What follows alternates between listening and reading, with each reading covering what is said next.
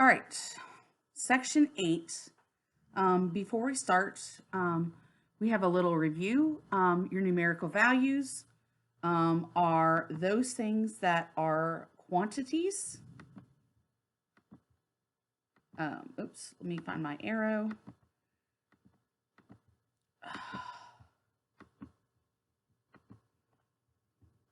I can't get my arrow.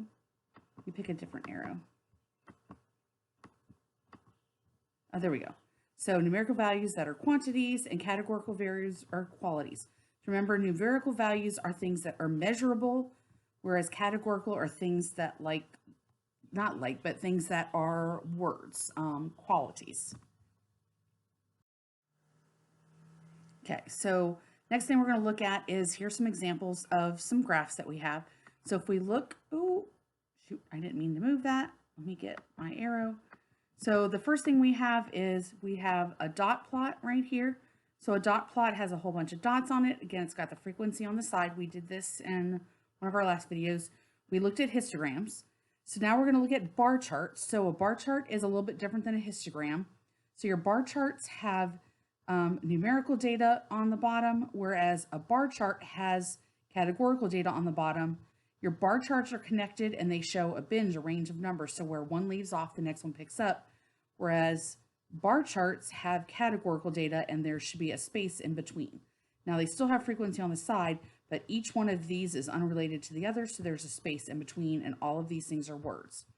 And then we also have a pie chart. These two things right here are categorical data, whereas this is numerical data.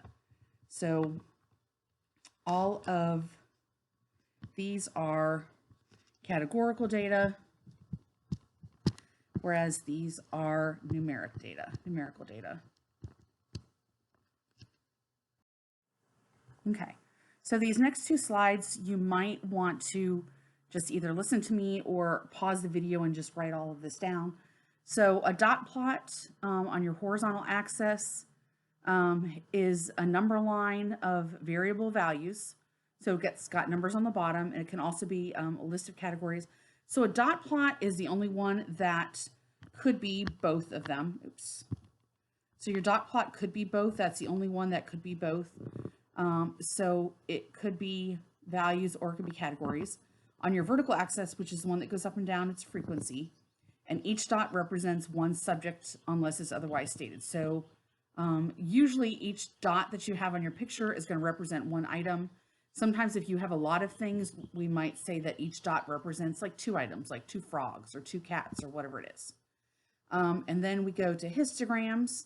Your number line is variable. So there's numbers on the bottom of your graph, and on the left side is your frequency. Your bars touch, we talked about that. There's a bin, that's how wide your bar is, and the bars are the same width, and the width has the same meaning. So at this point, I would pause the video and finish copying down all of your information before this goes on to the next screen. So pause the video now.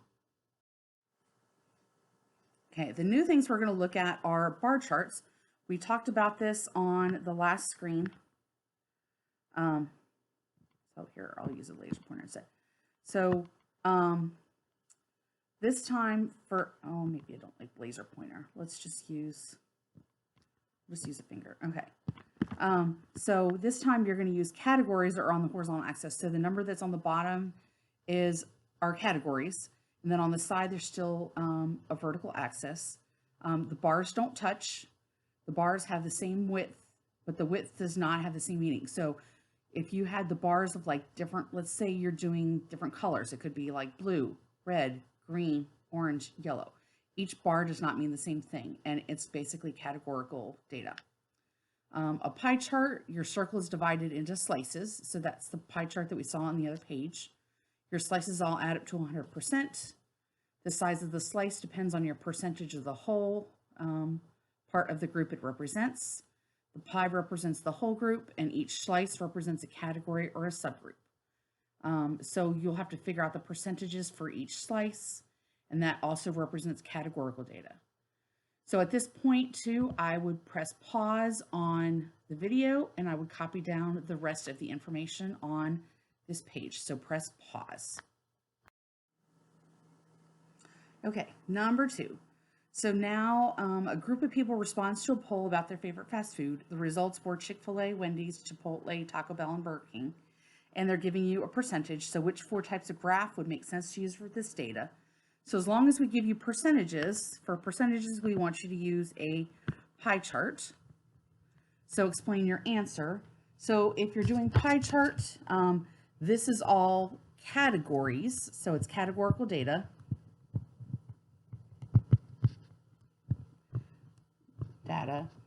And then you have percentages that add up to 100%. So they add to 100%. And then it says, create a graph that you select. So my favorite fast food.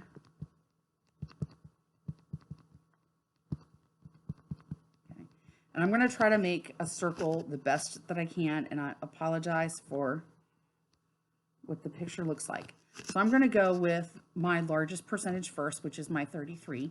And so 33 is about a third of my graph. So I'm going to try to draw what looks like about a third of my graph. So that would be my Chipotle. So I'm going to call Chipotle C. That's 33%. And then my next chunk is my Wendy's. So that's about 33% too. It's a little bit less. So that's 31%. That's my Wendy's. So that takes up the biggest chunk. And then I'll kind of go to my Chick-fil-A. That's 20%. So that's a little bit smaller chunk. So this is Chick-fil-A. That's 20%. And then the other two I have to split between 9 Burger King. So 9's slightly bigger. So I'm going to call this one Burger King. That's 9%. Sorry, I couldn't fit it in there. And then Taco Bell is my 7%. That's the best I could probably do. And I don't expect you to be able to do these with a protractor and a compass, just to try to draw it the best you can. Okay, so suppose 55 people are represented by the data in problem 2. Fill in the table with the correct number of votes. Okay, so if I have 55 people, I'm going to do 55. So for Chick-fil-A, I'm going to do 55 people times Chick-fil-A was 20%. So 55 times 0.20 gives me 11 people. 31% times 55 people gives me 17. 55 people times Chipotle was 33%, gives me about 18. 55 people times 7% will give me 4, and 55 times 9% will give me 5 people.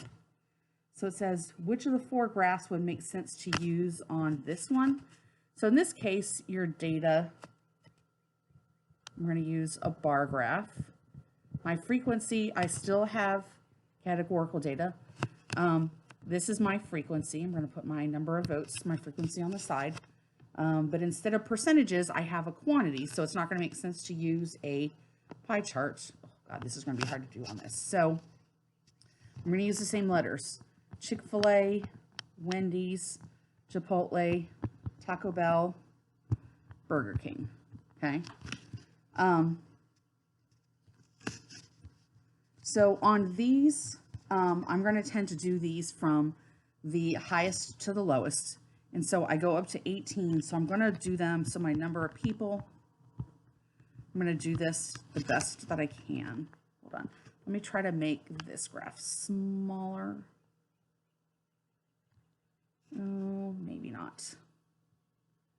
Let me see if I can. I don't know if I'm going to be able to erase that.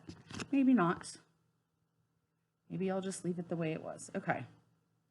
Let's do this. Okay.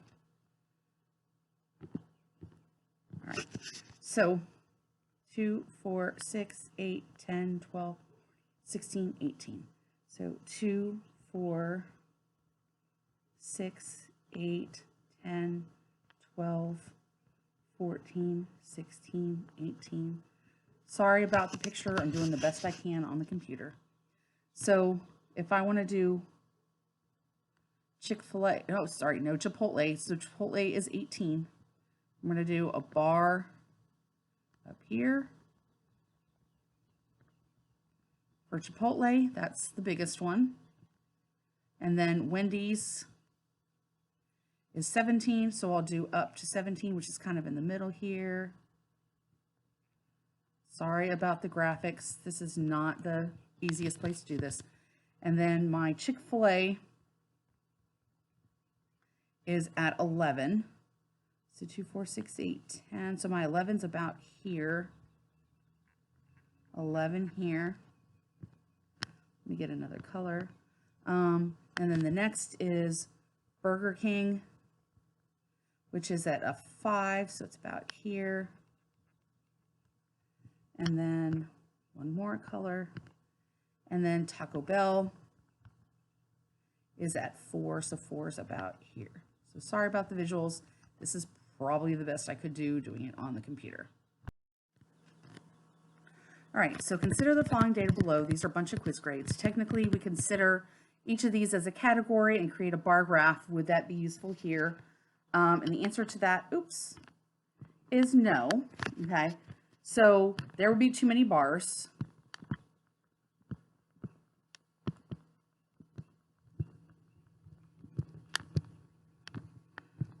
All with a height of 1 or possibly 2.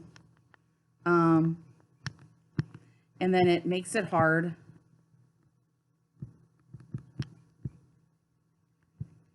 to see the big picture. So if I want to look at the big picture, seeing a graph that just has a height of 1 and has a uniform graph doesn't look very good. Okay, and I forgot one thing. I forgot to put, I'm going to squeeze this down. Forgot to put the next question. It says, instead consider the data to be numerical. So there's another part to this, but I forgot to put the link on here. It says, instead consider the data to be numerical. There's 2 types of graphs that would be appropriate for this. So things that are numerical, so where that underlined numerical says, so the things that are numerical are going to be your dot plots and your histograms. So add that in before you go down to the organize this data into groups.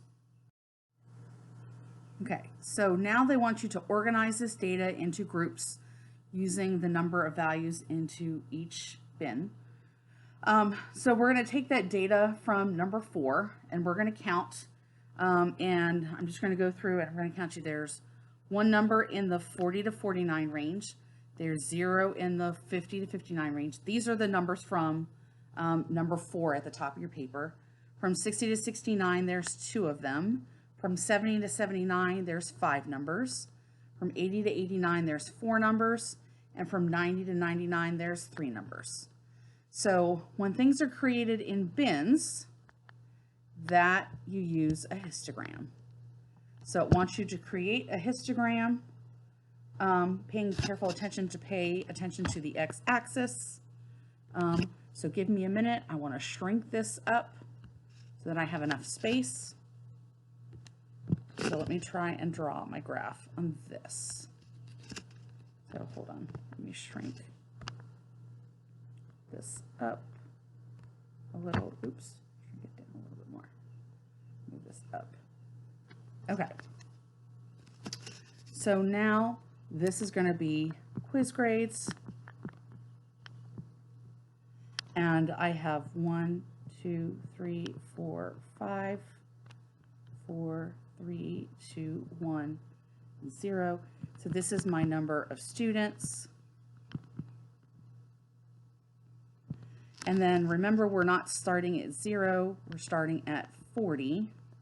And this is the beginning of each bar, the zeros, the 40, the 50, the 60, the 70, oops, let me make it a little longer, the 80, the 90, and I'm going to go all the way to 100. Okay, so then from 40 to 49, there was 1. And then there was nothing from 50 to 59. There were 2 60 to 69. There was 5 from 70 to 79. There was 4 from 80 to 89. And there was 3 from 90 to 99. And this is basically, what was this? This is my scores. So I got to label my x-axis, my y-axis, and my title. Okay. So 5, there are indications that food allergies are on the rise in the United States. There's particular foods that account for overwhelming the majority of food allergies, such as nuts, shellfish, wheat, eggs, and several others. Allergic reactions to food can range from mild nuisances, such as sneezing, to more serious reactions, such as difficulty breathing and possibly deaths. Government agencies and researchers use statistical data to help them better understand causes of death. In a recent survey of 21,875 children under 18 years old, the results showed that 831 males have food allergies, 897 females have food allergies. So first they want you to complete the two-way data for this table set. So I'm going to start with subtracting backward from here, adding, subtracting, and we're going to fill in the table. So give me a minute to fill in the table. We've got 10,391. This gives me 1,728, which will give me 20,147, 10,653, 9,000, oops, let me try to erase this one again. Let's try that again. 9,756. Okay, so again, we're going to do these percentage problems.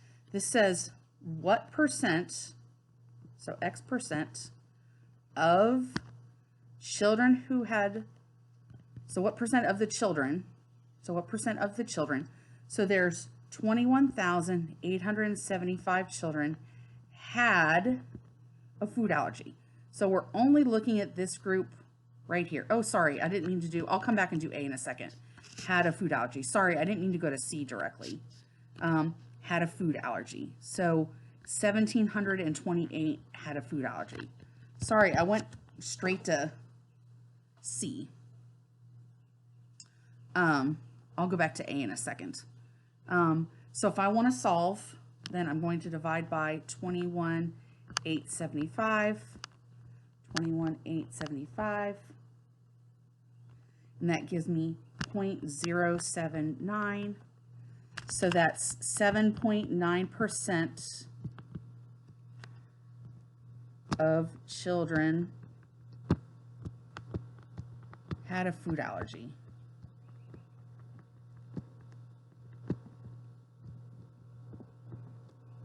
Okay. Sorry, I forgot to do A. It says recall two-way tables, summarize categorical data. What are the two variables? So your variables are your gender and your, I guess, presence of food allergies.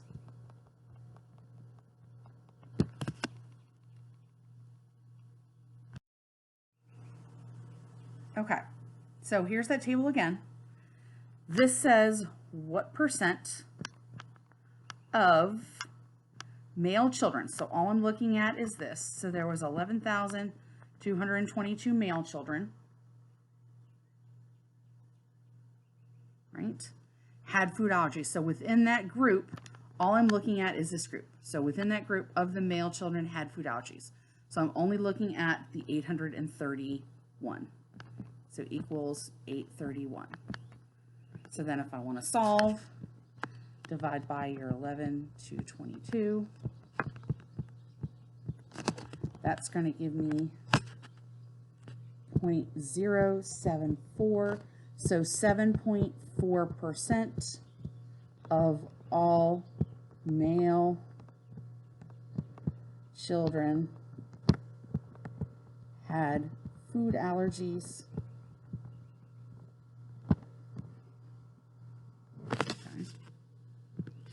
And so then what percent of children with food allergies.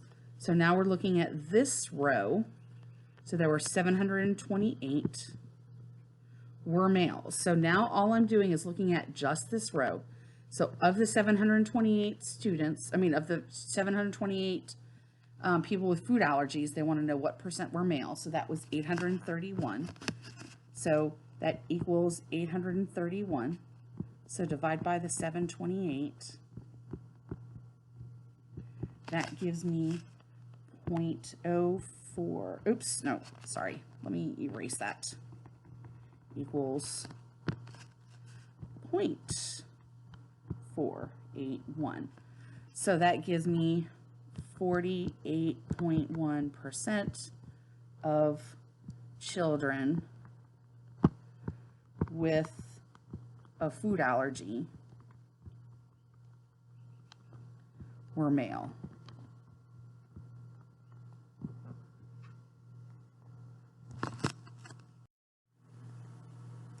Okay, so if I look at this page, they're giving you two pie charts, and they want you to pick from that C, D, and E, which one of these goes with them. If we look at the first one, you'll notice that this one is about 50-50.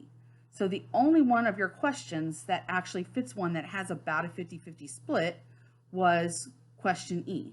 So that's the one with the children with the food allergies. So for that one. So we're going to start with that one. So this will go with question. So we're going to use E on this. Oops, we're going to use E on this one.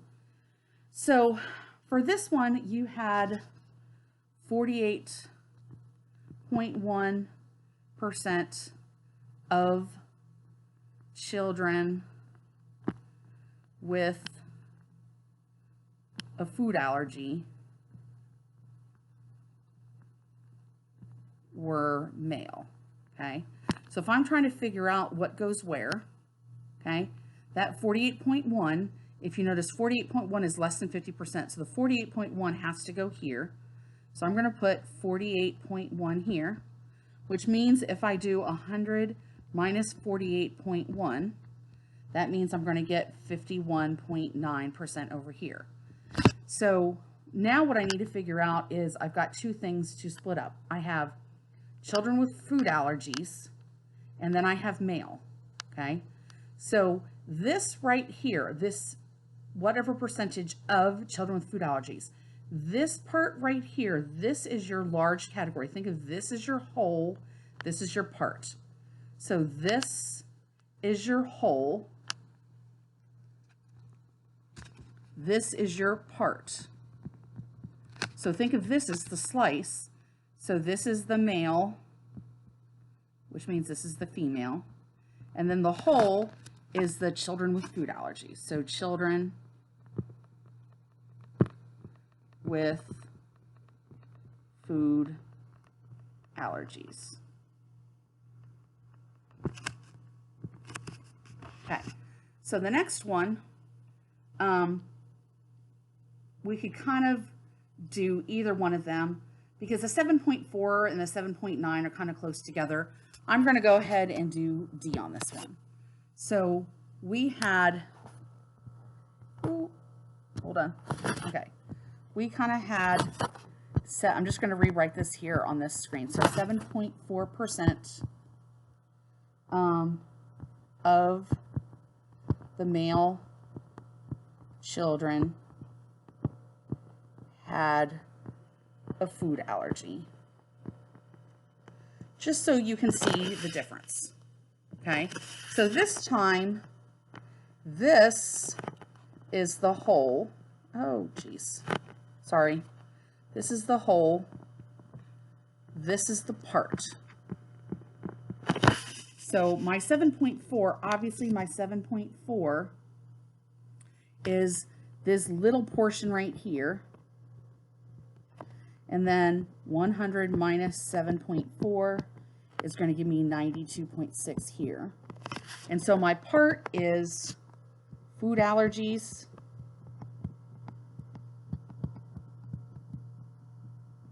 versus no food allergies. Because remember, the part is the pieces of the pie.